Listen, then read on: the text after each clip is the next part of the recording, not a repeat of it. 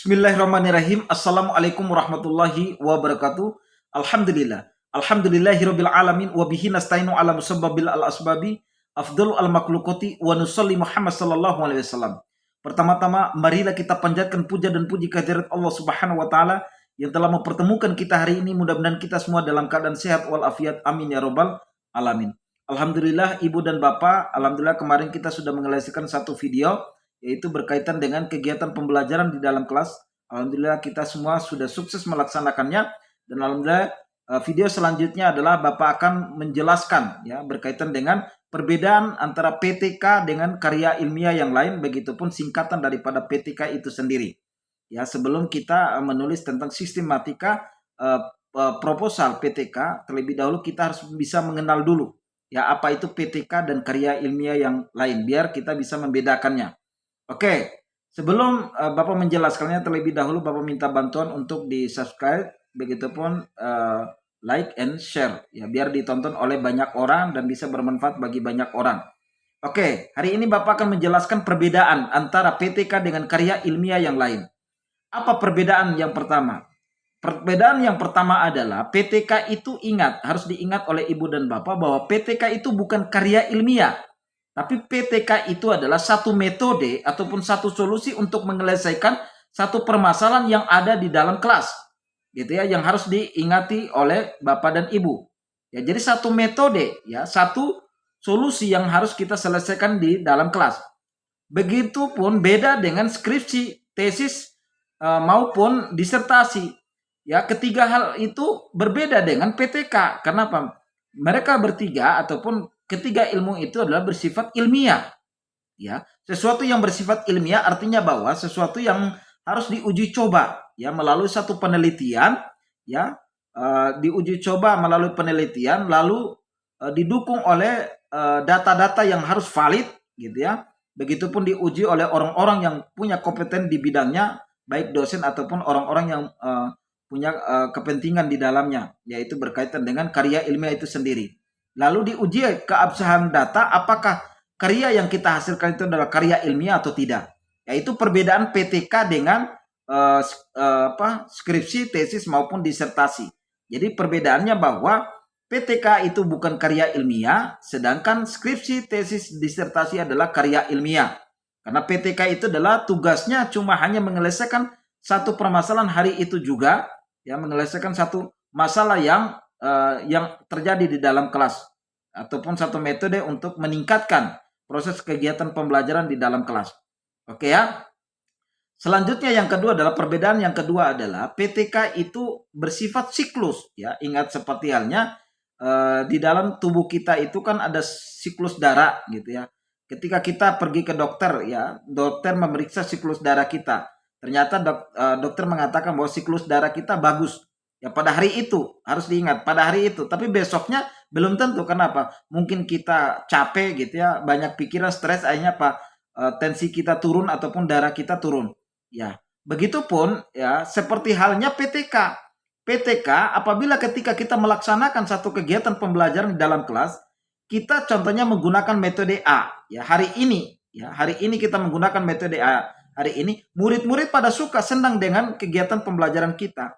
Tapi belum tentu besok kita menggunakan metode yang sama, yaitu metode A. Ya harus menggunakan metode B. Kenapa? Permasalahannya akan berbeda dengan permasalahan besok. Gitu ya. Jadi yang namanya PTK itu adalah mencari solusi, ya, mencari metode agar supaya masalah yang terjadi hari itu harus diselesaikan hari itu juga. Ya, jadi tidak membutuhkan waktu yang lama. Sedangkan skripsi, ya, begitupun tesis ataupun disertasi membutuhkan waktu yang lama.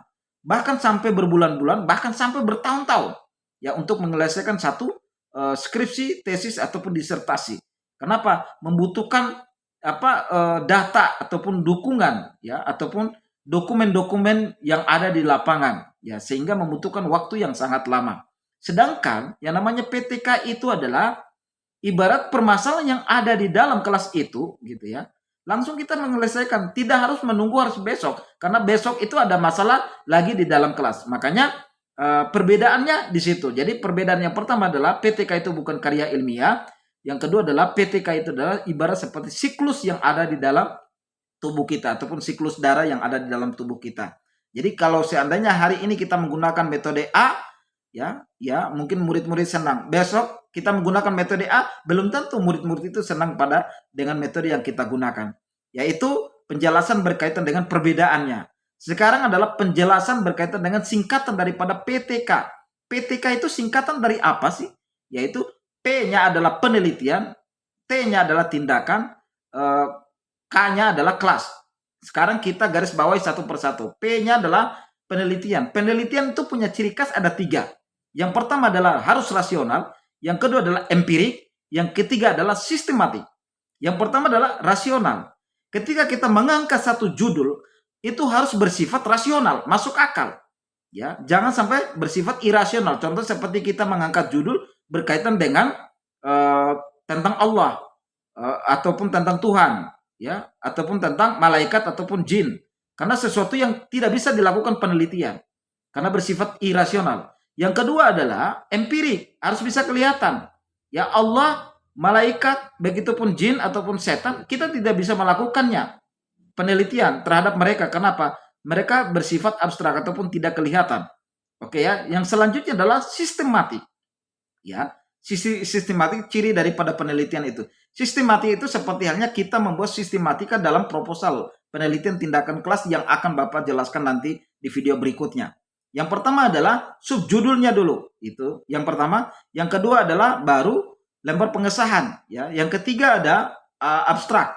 Yang keempat adalah kata pengantar. Yang kelima adalah daftar isi. Di dalam daftar isi ada beberapa bagiannya. Ada bab 1 pendahuluan, bab 2 kajian teoritis, yang bab 3 adalah metodologi penelitian. Yang pertama adalah bab 1 pendahuluan. Di dalam komponennya ada 6. Yang pertama adalah latar belakang, yang kedua identifikasi masalah, yang ketiga adalah pembatasan masalah, yang keempat adalah rumusan masalah, yang kelima adalah rumusan masalah, terus tujuan penelitian, yang terakhir yang keenam adalah kegunaan daripada penelitian itu sendiri. Terus yang bab 2-nya adalah kajian teoritis. Ya, di situ deskripsi teori, ya, kita mengambil teori-teori yang berkaitan dengan variabel judul yang kita angkat gitu ya, baru kita masukin. Setelah itu baru kerangka berpikir. Kerangka berpikir itu adalah kita melihat situasi yang ada di dalam kelas. Ya, ini masalah ini kita ambil di latar belakang, ya. Persoalan ini kita ambil di latar belakang, lalu kita masukin di dalam kerangka berpikir, ya, di dalam situasi yang ada di dalam kelas. Nanti insya Allah kita jelaskan di sistematik proposal PTK biar lebih jelas, insya Allah nanti Bapak jelaskan. Selanjutnya adalah berkaitan dengan penelitian yang relevan. Penelitian yang relevan adalah penelitian yang terdahulu.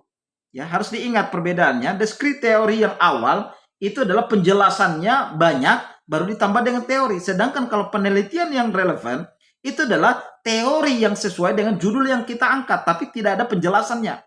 Teori, jadi sumber yang kita angkat gitu. Kalau dalam agama ada dalilnya, kita angkat itu aja yang kita pasang.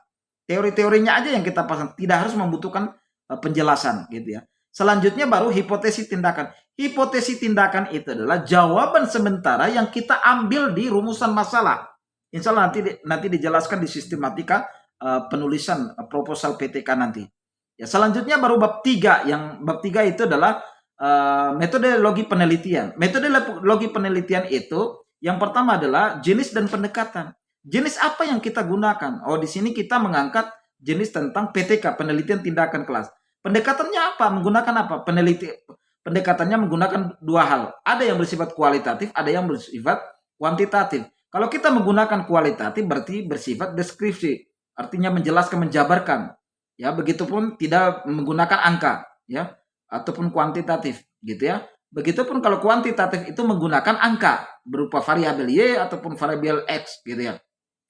Ya, silakan nanti dipilih saja judulnya mau menggunakan kualitatif ataupun kuantitatif. Silakan dipilih. Selanjutnya, yang kedua adalah berkaitan dengan tempat dan waktu. Tempat yang kita lakukan penelitian apakah jaraknya dekat dengan rumah kita atau tidak. Gitu. Itu kita jelaskan di situ. Selanjutnya adalah waktu. Waktu itu yang pertama adalah persiapan. Persiapan kita mulai dari tanggal berapa, bulan apa, tahun berapa. Gitu ya. Kita tulis di situ.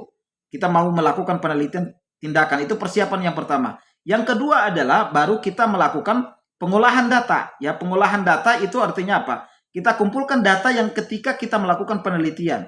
ya data-data administrasi yang ada di sekolah gitu, baik berupa guru, murid gitu yang ada di sekolah gitu ya. Selanjutnya adalah pengecekan data ya. Setelah itu kita cek data lagi apakah datanya itu sudah valid atau belum. Kalau belum kita mengambil kembali. Itu adalah berkaitan dengan waktu. Selanjutnya baru sumber data. Sumber data ini punya dua komponen. Yang pertama adalah ada yang bersifat primer, ada yang bersifat sekunder. Kalau primer itu adalah kita berhubungan dengan responden ya yang kita wawancarai, baik berupa guru, kepala sekolah ataupun siswa yang akan kita tuju gitu ya. Sedangkan kalau sekunder itu adalah berkaitan dengan data-data di lapangan baik berupa gambar ya, video gitu ya, administrasi sekolah yang kita ambil untuk kita kumpulkan ya. Selanjutnya baru disebut dengan subjek dan kolaboratif. Subjek itu siapa? Subjek di sini adalah siswanya, kolaboratifnya adalah orang-orang yang mendukung baik dosen pembimbing, kepala sekolah, guru yang membantu kita video gitu ya, mengkamera kita, itu adalah mereka sebagai kolaboratif. Selanjutnya baru yang disebut dengan siklus penelitian. Siklus di penelitian ini terbagi menjadi 4. Yang pertama adalah perencanaan, yang kedua adalah pelaksanaan, yang ketiga adalah pengamatan ataupun observasi, yang keempat adalah refleksi. Ya, setelah itu baru kita melakukan selanjutnya adalah apa yang disebut dengan teknik pengumpulan data. Teknik pengumpulan data itu terbagi menjadi 4 ya, ataupun kita tambahin juga bisa bebas tergantung penelitian kita lakukan seperti apa. Yang pertama adalah observasi, yang kedua adalah wawancara, yang ketiga adalah dokumentasi ataupun ditambah dengan tes-tes latihan itu terserah ya. Selanjutnya adalah teknis analisis data. Analisis data ini adalah kita menggunakan metode ya, apakah mau kuantitatif atau kualitatif.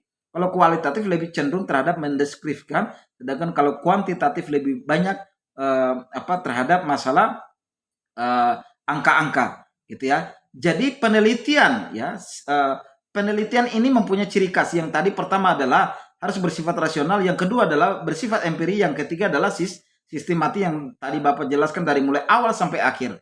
Selanjutnya adalah tindakan. Tindakan adalah persiapan ya. Artinya apa? Apa yang kita sudah persiapkan lalu kita melakukan tindakan gitu ya. Data-data instrumen yang kita sudah siapkan lalu kita melakukan tindakan. Lalu kita melakukannya di dalam kelas. Kelas itu apa? Kelas itu adalah satu ruangan yang diajar oleh seorang guru untuk murid mendengarkan materi yang disampaikan gitu ya. Jadi penjelasan singkatnya adalah penelitian tindakan kelas adalah penelitian yang dilakukan secara rasional, empirik, sistematik untuk meningkatkan kualitas pembelajaran di dalam kelas. Mungkin itu saja video singkat dari Bapak tentang perbedaan daripada PTK dengan karya ilmiah lain, begitupun singkatan daripada PTK. Semoga bisa bermanfaat bagi Bapak dan Ibu, dan mudah-mudahan bisa bermanfaat juga bagi yang lain. Terima kasih, mohon maaf atas segala kesalahan, karena kesalahan adalah milik pasar dan sendiri, kebenaran hanya milik Allah Subhanahu wa taala. Wabillahi taufiq wal hidayah. Wassalamualaikum warahmatullahi wabarakatuh. Sampai berjumpa lagi.